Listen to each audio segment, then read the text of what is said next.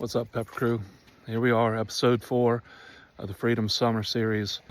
We are at the Okeechobee Cemetery just south of Meridian, and we're here for a very specific grave that is here.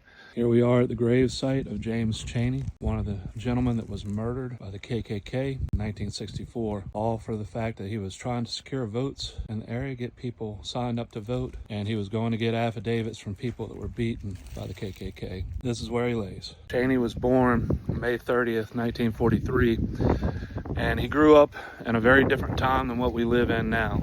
He wasn't allowed to drink at the water fountains that white people drank from. He wasn't allowed to sit in the same movie theaters as white people. He wasn't allowed to ride at the front of the bus like white people did. Grew up in a very segregated school world. He went to a segregated school. And when he was growing up in that school, he was actually very interested in the NAACP. He would actually start wearing a paper pin on his shirt, and he would get suspended at the age of 15 by his principal of that African-American school because they didn't want to lose funding from the school district, which was run by white people. And so he was suspended for that, but that never ended his desire to help work in the civil rights movement.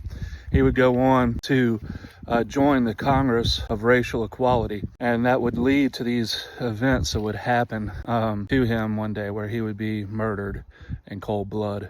Chaney had one brother and 3 sisters, and a mother and a father who loved him very deeply. And so often we lose track of the fact that these are human beings that are involved in this story. He was 21 at the time. We see black and white photos of people and we think that this is this long bygone era. But James Chaney would just be a few years younger than my dad, who's still alive and breathing today. He would be in his 80s, possibly, had he not been murdered that day. He may have had children and grandchildren of his own. He was married. He had a wife. And all that was taken away from him because people chose to dehumanize people. And that's why we should always be careful to never let our dislike of something or somebody's beliefs turn into dehumanizing them as people. Every person is worthy of dignity. James Chaney, rest easy, my friend. I hope that the world is a better place because of you.